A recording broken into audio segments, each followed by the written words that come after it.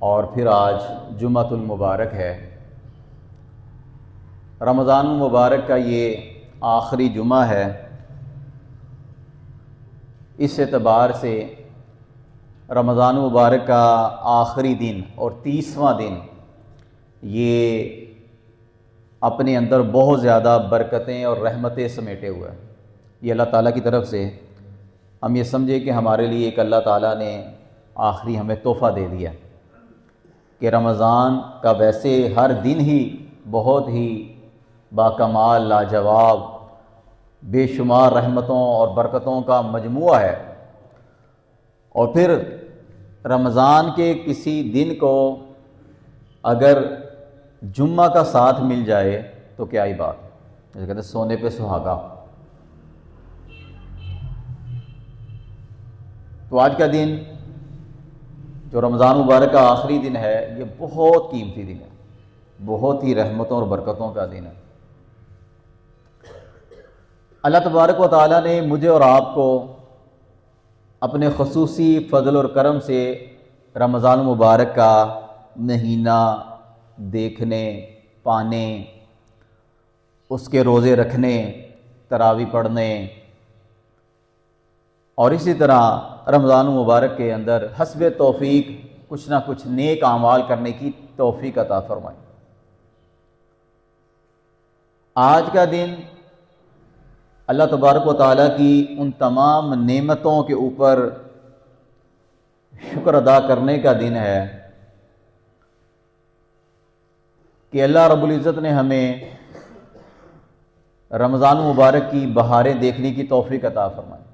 وہ مبارک مہینہ جو سال کے 12 مہینوں میں دلہا کی حیثیت رکھتا ہے، ایسے ہی ہے کہ جیسے ایک سرسبز و شاداب، حسین و جمیل باغ ہے جو پھلوں سے، پھولوں سے لدا ہوا ہے، اور جس کے اندر ہر طرف خوشبوئیں ہیں، پرندوں کی چہچہاہٹ ہے، اور بہت ہی سکون، اطمینان اور راحت ہے۔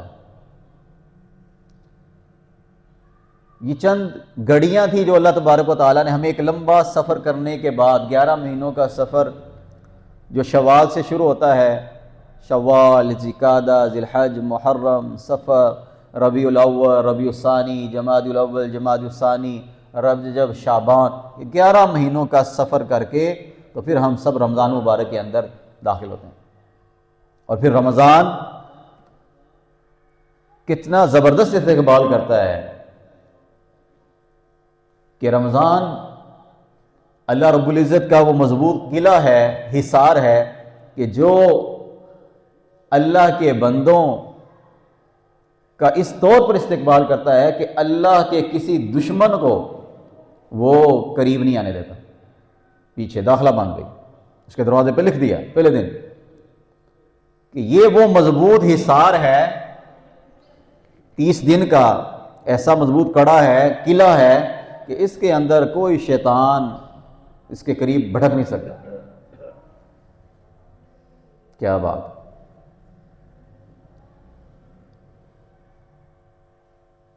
انسان کو جب بھی کوئی راحت کی جگہ ملتی ہے، چیز ملتی ہے، تو انسان کا جس کے ساتھ طبیعت نہ ملتی ہو،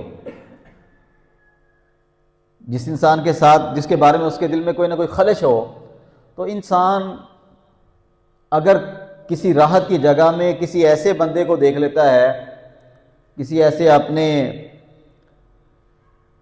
دشمن کو پا لیتا ہے جس کے ساتھ باہر اس کا دل نہ مل رہا ہو، تو اس کو ساری راحتیں اطمینان ہونے کے باوجود بھی طبیعت میں نشاط نہیں آتا۔ جیسے ہم دیکھ لیں کئی دفعہ ہمارے اپنی مجلس ہوتی ہے، وہ مخصوص مجلسیں ہوتی ہیں، تو اس میں کوئی ایسا تیسرا چوتھا بندہ جس کو بہت ساری باتیں ہوتی ہیں، بندہ کہتا ہے یار اس کے ساتھ میں کم از کم ڈسکس نہیں کرنا چاہتا، کہ خواہ مخواہ کوئی ادھر کی مارے گا، کوئی ہمارے سے راز کو آؤٹ کر دے، یا یہ ہماری خوشی کی باتوں کے اندر کوئی ایسی کرکری بات کر دے، کوئی فضول بات کر دے، کوئی سارا کا سارا ہمارا جو نا پروگرام بیڑا غرق ہو جائے۔ تو بندہ کہتا ہے یار یہ ذرا تھوڑی دیر سائڈ پہ ہو جائے، یا اس کو، جیسے بہت سارے ہمارے پروگرام ہوتے ہیں تو انسان اس کے اندر کچھ لوگوں کو مدعو کرتا ہے، کچھ کو نہیں بھی مدعو کرتا۔ کچھ مجالس ایسے ہوتی ہیں کہتے ہیں سارے نو آن دو جی، اذن عام ہے، اور کچھ پروگرام ایسے ہوتے ہیں، کچھ ایسی جگہ ہوتی ہیں کہتے ہیں کہ نہیں یار تہاڈی مہربانی، ہم فل چاہتے ہیں کم از کم آپس کے اندر ہمارا ایک اپنا ایک ماحول ہے ہنسی کا، مزاح کا، خوشی کا، اطمینان کا، راحت کا۔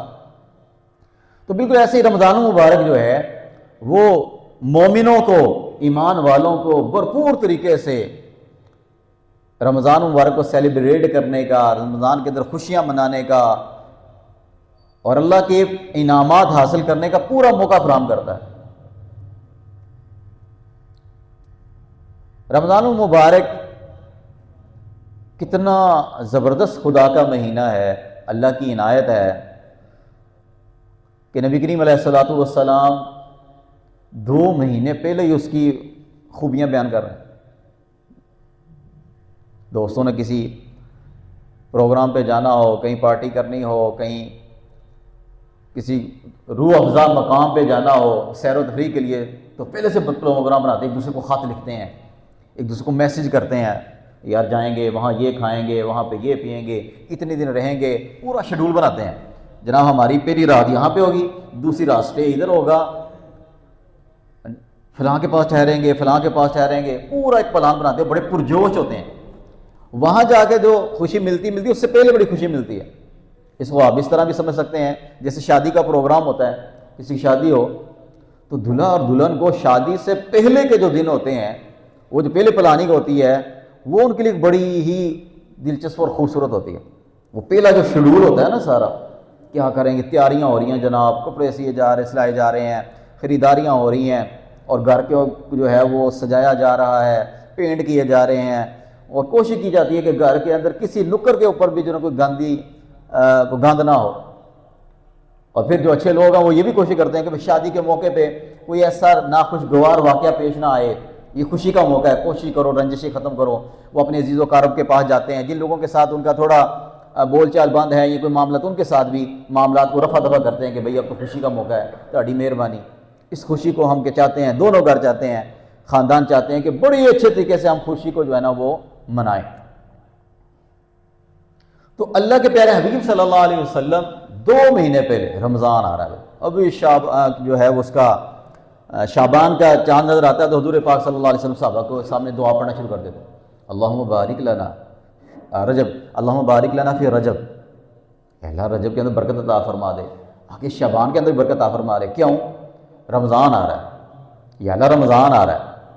تو صحابہ کے دل کے اندر، اپنے ساتھیوں کے دلوں کے اندر، رگ و پے کے اندر امام الانبیاء صلی اللہ علیہ وسلم یہ احساس کوٹ کوٹ کر پڑھ رہے ہیں کہ دیکھو یہ جو آگے دن آ رہا ہے، جو مہینہ آ رہا ہے، یہ اتنا زبردست مہینہ ہے، اتنا خاص الخاص مہینہ ہے کہ کیا ہی بات۔ اس کے اندر جو سیلیں لگنی ہیں، اس کے اندر جو انعامات ملنے ہیں، اس کے اندر جو خوشبوئیں ملنی ہیں، جو تمہیں اطمینان ملنا ہے، راحت ملنے ہیں، وہ اس کی کوئی مثال ہی نہیں ملتی بھائی۔ پورا رجب، اور حضور علیہ الصلوۃ والسلام روزے رکھنا شروع کر دیتے، عبادت کو بڑھانا شروع کر دیتے، صحابہ دیکھ رہے ہیں روزے رکھنا شروع ہو گئے۔ رجب سارا گزر گیا اسی طرح اہتمام کے ساتھ، پھر شعبان آ گیا، وہ شعبان آ گیا، اے اللہ میرے شعبان میں برکت عطا فرما، اے اللہ میرے شعبان میں برکت عطا فرما، رمضان تک پہنچا دے یا اللہ رمضان تک پہنچا دے۔ اور شعبان کے اندر تو اتنے روزے کہ رمضان المبارک سے ہٹ کر تو سب سے زیادہ حضور علیہ الصلوۃ والسلام جو روزے رکھتے تھے وہ کس مہینے میں رکھتے؟ شعبان معظم میں رکھتے، گویا پورا شعبان روزے ہی رکھتے، اتنا اطمینان۔ میں بارہا یہ آخری دنوں کے اندر سوچ رہا ہوں، یہ بار بار ذہن میں آتی ہے کہ یار ہمارا مزاج نہیں بنتا، بڑا دل کرتا ہے تلاوت کریں، ذکر کریں، تسبیحات کریں، وہ جو سال کے 11 مہینوں میں آتے پڑی ہے نا کوئی نہ کوئی چیز، وہ درمیان میں حائل ہو جاتی، اسی وقت آ جاتی، کھڑی ہو جاتی ہے۔ کیوں؟ کہ وہ ہمارا مزاج بن گیا ہے۔ اور نبی کریم علیہ الصلوۃ والسلام جو 2 مہینے پہلے صحابہ کو اپنا مزاج بنانے کی ترغیب دیتے تھے نا، وہ احساس اب ہوتا ہے۔ دوڑ کا مقابلہ ہو اور جناب ادھر آپ نے 5 کلومیٹر دوڑنا ہے آدھے گھنٹے کے اندر یا 20 منٹ کے اندر، اور بندے نے پہلے پریکٹس نہ کی ہو تو جتنا پھنے خواہ ہو۔ مجھے اپنا یاد آتا ہے کہ جب عمرے پہ جانا 2018 میں اللہ نے توفیق عطا فرمائی، تو یہاں الحمدللہ کافی چل لیتے ہیں، چلنے کی کافی پریکٹس ہے پیدل کی، لیکن پھر بھی لوگوں نے کہا تھا کہ بھائی پریکٹس کرو، ننگے پاؤں چلو۔ تو ایسی بات ہے، یعنی وہاں حرم میں جب گئے تو بڑا طواف کرنا، سب سے زیادہ کوشش ہوتی تھی کہ طواف کیا جائے۔ تو بہرحال وہاں چلتے پھرتے تو پھر بھی پاؤں کے اندر جو ہے نا وہ درد شروع ہو جاتی تھی کہ یار اس سے بھی زیادہ مشقت کر کے آتے تاکہ تھکاوٹ نہ ہو. تو مقابلہ جو ہے ان کے لیے وہی تیار ہوتا ہے، وہی جیتتا ہے جو پہلے روزانہ کے اعتبار سے اس کی تھوڑی تھوڑی مشق کرتا ہے.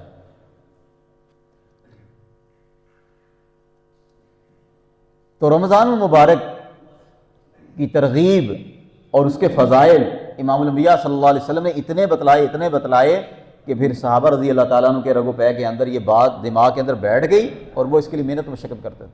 الحمدللہ ہمارے اندر بھی ہمیں جو سننے کی توفیق عطا فرمائی اللہ تعالیٰ نے، عمل کرنے کی توفیق عطا فرمائی.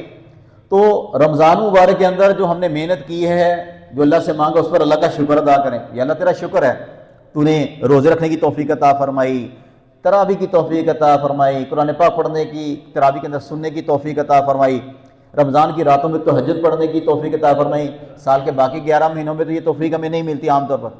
پھر سحری، جس کے بارے میں نبی کریم علیہ الصلوۃ والسلام شاہ فرمائی یہ ایسا کھانا ہے اس کے اندر برکت ہے. سحری کے اندر یا تم نے کھانے کی توفیق عطا فرمائی 30 دن. یہ بڑا تیرا اعزاز ہے، ہمارے اوپر بڑا انعام ہے. اسی طرح رمضان مبارک کے اندر اللہ تبارک و تعالیٰ نے ہمیں خرچ کرنے کی، روزہ افطار کروانے کی توفیق عطا فرمائی. ہر بندے نے کوشش کی اپنی طاقت کے مطابق کہ بھئی کسی کا روزہ افطار ہو جائے. یہ بہت بڑی سعادت کی بات ہے. انفرادی طور پر بھی کیا، اجتماعی طور پر بھی کیا. اسی طرح رمضان مبارک کے اندر صدقہ خیرات کرنے کا یہ جذبہ بھی انسان کے اندر پیدا ہوا اللہ تعالیٰ نے کی طرف سے.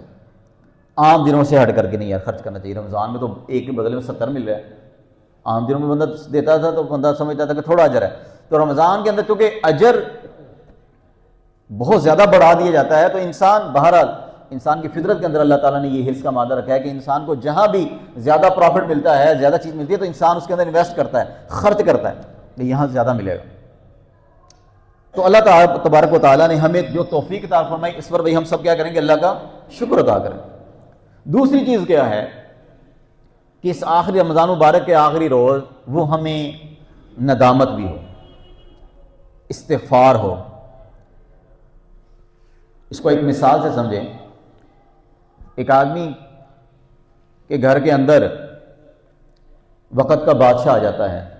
آج کی زبان کے اندر کہتے ہیں پریزیڈنٹ آ گیا، پرائم منسٹر آ گیا، صدر وزیر اعظم گھر میں آ گیا. تو ایک دن اس کے پاس رہا، 2 دن رہا، اس نے بڑی خدمت کی، اپنی توفیق اعتبار سے خدمت کی. اور وہ اسے یہ کہے کہ بادشاہ سلامت، جناب صدر، جناب وزیر اعظم صاحب، میں نے آپ کی خدمت کمال کی ہے. آپ کو ایسے ایسے کھانے کھلائے ہیں شاید آپ نے کبھی کھائے ہی نہ ہو. آپ کی ایسی ایسی عزت افزائی کی، ایسا پروٹوکول دیا شاید کبھی آپ نے ایسا پروٹوکول ملا ہی نہ ہو. تو کیا خیال ہے؟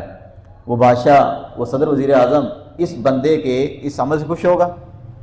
وہ کہے گا کیا پدی کا شوربہ، تجھے پتہ ہی نہیں ہے کہ پرائم منسٹر ہاؤس کا اور پریزیڈنٹ ہاؤس کا اور بادشاہ کا جو ہے وہ کیا پروٹوکول ہوتا ہے. وہاں سونے کے تھالوں کے اندر کھانے پکتے ہیں، پیش کیے جاتے ہیں، اور وہاں جناب وہاں کے باورچی اور وہاں کے کھانے اور میوے، وہاں کی جو ڈشیں ہیں، تیرے گھر میں کیا ہے؟ تو وہ تھوڑا سا اس سے ناگواری محسوس کرے گا، یہ تو بیوقوف آدمی ہے. اور اس کے بالمقابل دوسرا بندہ اگر وہ کیا کہتا ہے کہ بادشاہ سلامت جناب عالی، آپ کی شایان شان اس چھوٹی سی، کہاں آپ کا مقام و مرتبہ اور کہاں میری ایک چھوٹی سی جھونپڑی، ہاں جی، اس کو کیا نسبت ہے؟ تو بہرحال میں نے ٹوٹا پھوٹی کچھ آپ کی خدمت کی ہے، تو یہ آپ کی ذرا نوازی حضور آپ نے جو ہے وہ قدم رنجا فرمائے اور میری دعوت کو شرف قبول عطا فرمایا، تو بڑی مہربانی آپ. تو اس سے کیا ہوگا؟ بہرحال وہ خوش ہوگا، وہ خوش ہوگا، اور بہت ممکن ہے کہ اس کو کچھ انعام سے بھی نوازے کہ بھائی نہیں تو نے بڑا حق ادا کیا، تو نے پوری کوشش کی ہے، بڑی بڑی آہو بھگت کی ہے، تو میرے پاس آنا وہاں پہ، ہاں جی، میرے محل کے اندر آنا، میں تجھے اور نوازوں گا. تو بالکل ایسے بھی رمضان المبارک کے بارے میں اگر ہم میں سے کوئی یہ کہے واہ جی واہ کمال کر دیا اس دفعہ تو میں نے، ہاں جی، ریجاں کر دیتی ہیں جنہیں عبادت ریاضت، کیا ہی بات ہے، میں نے تو آنکھ ہی نہیں لگائی، ساری طاق راتوں میں جاگتے ہی رہا ہوں. نہیں، کسی بھی عمل سے ہمارا کوئی بھی عمل ایسا عمل نہیں ہے کہ بہرحال ہم یہ کہہ سکیں، اس پہ اترا سکیں کہ میں نے ایسی تراویح پڑھی، ایسی تہجد پڑھی، ایسے نفل پڑھے. نہیں، ہماری ہر عمل کے اندر کچھ نہ کچھ کمی کہیں نہ کہیں رہ گئی، ہر عمل کے اندر کچھ نہ کچھ کمی رہ گئی ہے. تو اس طرح ندامت ہو، استغفار ہو، اللہ بہرحال میں تو بندہ ہوں، کمزور ہوں، جو ہو سکا تھا وہ میں نے کیا، بہت ساری چیزیں رہ گئی، اے میرے کریم رب مجھے معاف فرما، استغفر اللہ، میں تجھ سے معافی مانگتا ہوں، واتوب الیہ، اے اللہ میں تجھ سے توبہ کرتا ہوں، عزم کرتا ہوں کہ آئندہ ایسی کمیاں نہیں کروں گا، یہ غلطیاں نہیں کروں گا۔ تو میں اور آپ سارے صدق دل سے توبہ کریں، اور یہ کہا جاتا ہے، سنت ہے کہ انسان نیک عمل کے بعد استغفار بھی کرے، کہ اس کے اندر اگر کوئی کمی بیشی ہوئی ہے تو اللہ تعالیٰ انسان کو معاف فرما، اللہ خوش ہوتے ہیں۔ جیسے میں نے یہ بادشاہ کی مثال دی آپ کو کہ کمی بیشی ہونے کے باوجود، سب کچھ لٹانے کے باوجود بھی بندہ کہے کہ جناب عالی جہاں جیسے آپ کا حق تھا میں نہیں کر سکا، تو رمضان مبارک کا حق ہم ادا نہیں کر سکے، رمضان مبارک کے اندر جو اللہ نے ہمیں دیا تھا، رمضان کے اندر جس طرح رمضان کا احترام کرنا چاہیے تھا، بہرحال ہم ویسا نہیں کر سکے۔ اور رمضان کے اندر جس طرح ہمیں صبح سے لے کر شام تک اپنے اوقات کی حفاظت کرنی چاہیے تھی، بہرحال اس کے اندر بھی ہم سے کمی بیشی ہوئی۔ اور میرے محترم بھائیو عزیزو، میں اور آپ یہ بات ذہن میں رکھیں کہ رمضان المبارک جو ہے وہ ایک دور کا نیکی کی جو رحمتیں اور برکتیں ہیں اور اس کا جو ماحول ہے، بہرحال رمضان مبارک کے اندر تو بہت زیادہ ہوتا ہے، لیکن ایسا نہیں ہے کہ رمضان ختم ہو گیا اور اس کے ساتھ ہی عبادتیں، ریاضتیں، ان کی برکتیں اور رحمتیں ختم ہو گئی، نہیں۔ رمضان کے بعد بھی خدا وہی خدا ہے، دین شریعت وہی دین شریعت ہے، وہ ساری رحمتیں برکتیں رمضان نے جو ہمیں دی ہے، انشاءاللہ اس کا اثر، اس کی غذائیت وہ ہمیں محسوس ہوگی۔ یعنی جیسے کسی جوان کو فوج کے اندر ٹریننگ کے لیے لے کے جایا جاتا ہے تو فوج والے اس کو ایک مہینے کے اندر خوب ٹریننگ کرواتے ہیں، خوب مشق کرواتے ہیں، صبح و شام، آج رات کو جلدی جو ہے نا صبح جلدی اٹھا دینا اور پھر محنت کرانا، مشقت کروانا، بہت زیادہ جناب اٹھک بیٹھک اور ساری جو ایکسرسائز ہوتی ہے، تو وہ کس لیے ہوتی ہے کہ اب یہ جو انرجی اس کے اندر پاور پیدا ہوئی ہے، جو باقی عرصہ ہے جب اس نے محاذ پہ جانا ہے تو یہ ساری چیزیں اس کو وہاں پہ جا کے اس کی عملی طور پر استعمال کر سکے۔ رمضان کے اندر جو ہم نے تہجد پڑھی، رمضان کے اندر جو ہم نے تراویح پڑھی، رمضان کے اندر جو نوافل پڑھے، رمضان کے اندر جو سخاوت کی، اس سب کا ہمارے اندر اللہ نے استعداد پیدا کی ہے کہ یہ ہو سکتا ہے، یہ ممکن ہے، یہ ممکن ہے کہ تو بھوکا رہ سکے۔ ایسا نہیں ہے کہ تجھے ہر وقت پیٹ بھرا رہنا ہے، تو برداشت کر سکتا ہے بھائی، جیسے ہم برداشت کرتے ہیں، ورنہ صبح جناب ناشتہ، دوپہر کا کھانا، رات کو کھانا، اور پھر دوپہر کی جناب چائے، شام کی چائے، اور پتہ نہیں کیا کیا دیگر لوازمات ہیں، جہاں جانا ہے کوئی نہ کوئی بندہ کھاتا پیتا رہتا ہے۔ تو اللہ تعالیٰ انسان کو رمضان کے اندر بھوکا رہ کے یہ ساتھ دلاتے ہیں کہ بھائی یہ ہو سکتا ہے، ممکن ہے۔ اور اسی طرح رمضان کی رات کے اندر، ویسے رات کو ہم سو جاتے ہیں یا مختلف کاموں کے اندر مشغول ہو جاتے ہیں، تو رمضان کی رات کے اندر 1 گھنٹہ، کم از کم 1.5 گھنٹہ انسان کھڑے ہو کے اللہ کے سامنے قرآن کی تلاوت کرے، قرآن سنے، تو یہ بھی ممکنات میں سے ہے۔ اور پھر رات کے آخری پہر میں اٹھ کے انسان تہجد پڑھے، تو اللہ نے 1 مہینہ اس کی مشق کروا دی کہ بھئی یہ بھی کوئی مشکل نہیں ہے۔ وَمِنَ اللَّيْلِ فَتَهَجَّدْ بِهِ نَافِلَةً لَكَ عَسَىٰ أَن يَبْعَثَكَ رَبُّكَ مَقَامًا مَحْمُودًا۔ میرے بندو، یہ جو تہجد کا عمل ہے، یہ تہجد کے اندر جو چند رکعتیں پڑھنی ہے، یہ رات کا آخری پہر ہے، جب میں آسمان دنیا پہ آ کر ندائیں دے رہا ہوتا ہوں، تو تم سب کے اندر یہ استعداد ہے، صلاحیت ہے کہ تم بھی میری آواز سن سکو، تم بھی تہجد پڑھ سکو، جو انبیاء علیہ السلام اور تمام میرے نیک بندوں کا شیوا ہے، تم یہ کر سکتے ہو، تمہارے اندر یہ استعداد ہے۔ اس مہینے میں گیا تو آئندہ بھی کوشش کرو کہ یہ سلسلہ تمہارا چلتا رہے، اور تم روزانہ میرے قرآن کے ساتھ محبت کرتے تھے، قرآن کو کھولتے تھے، چومتے تھے، اس کی تلاوت کرتے تھے، جب بھی تمہیں کوئی فارغ وقت ملتا تھا تسبیح نکال لیتے تھے، قرآن پاک کو کھول لیتے تھے کہ بھئی چلو کچھ نہ کچھ یار کمائی کر لیں۔ تو اسی طرح دیگر مہینوں کے اندر بھی تم نے فکر مندی کے ساتھ میری طرف رجوع کرنا ہے، میری یاد سے غافل نہیں ہونا۔ جس طرح رمضان مبارک کے اندر تمہیں یہ احساس ہوتا ہے کہ ہمارا رب بڑا کریم ہے، ہمیں یہ تمام نیک اعمال کر کے اپنے رب کو راضی کرنا ہے، تو یہ کیفیت تمہاری باقی مہینوں کے اندر بھی تمہارے اندر ہو جائے۔ تو 2 روزے تھے، ایک روزہ یاد رکھیں، یہ جو رمضان کا روزہ جو کہ صبح سحری کے وقت سے شروع ہوتا تھا اور غروب آفتاب کے وقت ہم افطار کر لیا کرتے تھے، اس اعتبار سے یہ 30 روزے آج ختم ہو گئے بھائی، آج رات کو آخری افطار ہے ہمارا۔ لیکن میرے محترم بھائیو عزیزو، یہ ذہن میں رکھیں، ایک روزہ ہمارا ایسا روزہ ہے وہ ہمارے پیدائش سے شروع ہوا اور موت تک روزہ ہے۔ وَاعْبُدْ رَبَّكَ حَتَّى يَأْتِيَكَ الْيَقِينُ، اللہ کی عبادت کرتے رہو یہاں تک کہ تمہیں کیا آ جائے؟ موت آ جائے، موت تک۔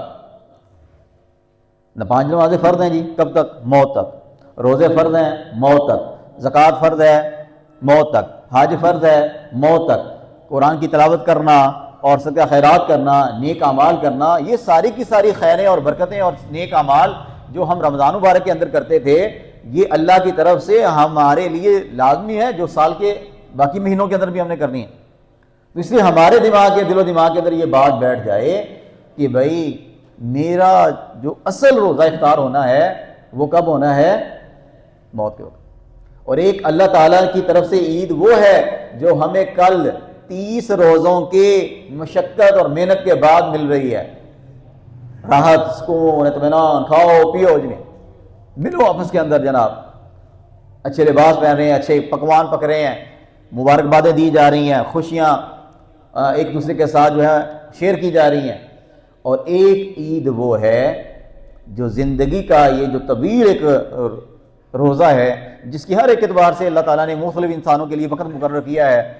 ہاں جی، کوئی ایک سانس لیتا ہے تو کوئی 10 سال، کو 20، کو 30، کو 40، 50، 60، 70، 100، ہاں جی، جتنے کسی کے مقدر کے اندر ہیں۔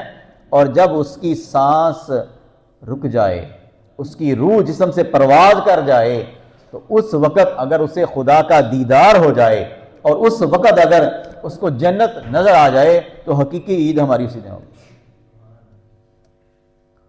تو یہ ہمارے ذہن کے اندر بات ہو، خود ہمیں اس کا احساس ہو، دوسروں کو اس کا احساس دلائیں کہ بھئی رمضان مبارک کے اندر اس کے آخری دن میں ہم نے یہ 2 کام بار بار کرنے ہیں۔ کیا کرنا ہے جی؟ پہلا، جو اللہ تعالیٰ نے نیکی کی توفیق عطا فرمائی اس پر اللہ کا شکر بجا لانا، اور جو کمی بیشی ہوئی ہیں اس پر صدق دل سے استغفار ہو، اور آئندہ نیک اعمال کرنے کا عزم ہو، جذبہ ہو کہ انشاءاللہ بھائی کروں گا۔ رمضان کے اندر کمی بیشیاں ہو گئی ہیں تو ابھی تو اور بھی دن ہے میری زندگی کے، جتنے دن باقی ہیں تو اللہ کو راضی کروں گا۔ رمضان کے اندر قرآن پاک کے پڑھنے کے اندر کمی ہوئی ہے تو میرا اللہ تو بڑا رحیم کریم، وہ تھوڑا جو میں نے پڑھا ہے اللہ مجھے اس پر بہت زیادہ عطا کرے گا، لیکن مجھے بھئی ایسا نہیں کرنا چاہیے، مجھے زیادہ پڑھنا چاہیے، مجھے زیادہ عبادت کرنی چاہیے، مجھے زیادہ نوافل پڑھنے چاہیے تھے۔ اور مجھے رمضان مبارک کے اندر بھائی جس طرح میرے اندر وہ نرمی آتی ہے، حلم آتا ہے، برداشت کا مادہ پیدا ہوتا ہے، اور رمضان کے اندر چھوٹی چھوٹی باتوں پہ میں الجھتا نہیں ہوں، لڑ نہیں پڑتا، جھگڑتا نہیں ہوں، کوشش کرتا ہوں بال ٹالنے کی، یا چھڈو یار رمضان روزہ رکھا ہے، میں نہیں۔ رمضان کے اندر بسا اوقات انسان بہت زیادہ ناگوار باتیں بھی پی جاتا ہے، چھڈو یار روزے خراب کرنا، میں روزہ خراب نہیں کرنا چاہتا۔ تو اسی طرح رمضان سے ہٹ کر بھی دل کے اندر یہ بات ہو جائے، یار دفع کرو یار، لڑائی جھگڑا کر کے معاملہ خراب کر کے تو بعد میں طبیعت اپنی خراب ہونی ہے۔ انسان دیکھ لے جب ہمارا کسی کے ساتھ معاملہ بگڑتا ہے نا، بس اوقات انسان اپنی تسلی کر لیتا جی میں تو بڑا سینہ ٹھنڈا کر لیا، لیکن انسان کا سینہ ٹھنڈا نہیں ہوتا، انسان کو بے چینی پیدا ہو جاتی ہے۔ اور جس انسان کے جتنے زیادہ لوگوں کے ساتھ تعلقات خراب ہوتے ہیں وہ اتنا زیادہ پریشانی کا شکار ہوتا ہے۔ وہ بھی مسئلہ، اس کے ساتھ بھی مسئلہ، اس کے گھر نہیں جانا، اس کے گھر نہیں جانا، اس کے پاس نہیں بیٹھنا، اس نے بیٹھ نہیں بیٹھنا جی، چاچے نال معاملہ خراب ہے جی، مامے نہ خراب ہے جی، پھوپھی نہ خراب ہے، تائے نہ خراب ہے جی، پتر نہ خراب ہے، نو نہ خراب، تو دسو جائے گا کتے؟ بھائی جہاں تو بیٹھنا ہے نا۔ تو اس لیے مومن کا جو برتاؤ ہوتا ہے، جو تعلق ہوتا ہے، وہ تمام کے ساتھ خیر خائی کا ہوتا ہے۔ ہاں جہاں اللہ کا کوئی حکم توڑنے والا ہو، اللہ کی نافرمانی کرنے والا ہو، اس سے تو اللہ کے رسول سے فرمایا کہ بھئی اس سے قطع تعلقی کرو، اس سے بچ کے رہو۔ لیکن جو اللہ کے بندے ہیں اور وہ بھی میری طرح انسان ہیں، اگر ان سے کوئی کمی بیشی کوتاہی ہو گئی ہے تو اسے درگزر کروں گا، تو وقت کو تھوڑا سا آگے پیچھے کر کے یعنی اس کو گزار دوں گا، غلطی پر جو ہے وہ چشم پوشی کروں گا، تو انشاءاللہ اچھے معاملات ہو جائیں۔ تو اس لیے بھائی ہم سب ان باتوں کا اہتمام کریں۔ اور آخری بات بھائی یہ ہے کہ صدقہ فطر جو ہے فطرانہ جو ہے وہ رمضان مبارک کا ایک بہت بڑا عمل ہے۔ رمضان کے اندر جس طرح روزے رکھنے فرض ہیں، اسی طرح رمضان مبارک کے اندر صاحب استطاعت مسلمان پر، جس کو اللہ نے کوئی توفیق عطا فرمائی ہے، بہت زیادہ کوئی مقدار نہیں ہے بھائی،